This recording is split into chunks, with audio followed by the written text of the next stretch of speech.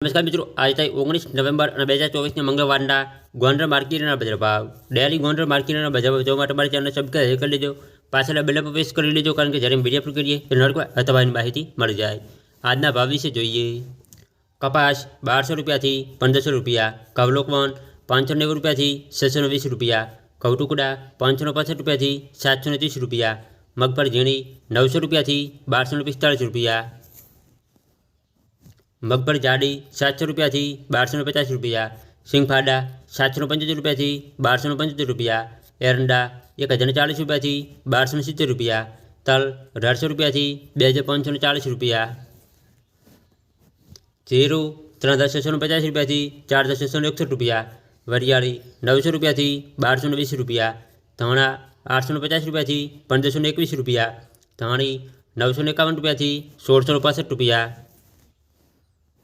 मरचा सूखा पटो 550 रुपया थी 2550 रुपया, लसन 2700 रुपया थी 5770 रुपया, डूंगरी लाल 100 रुपया थी 875 रुपया, बाजरी 480 रुपया थी 535 रुपया,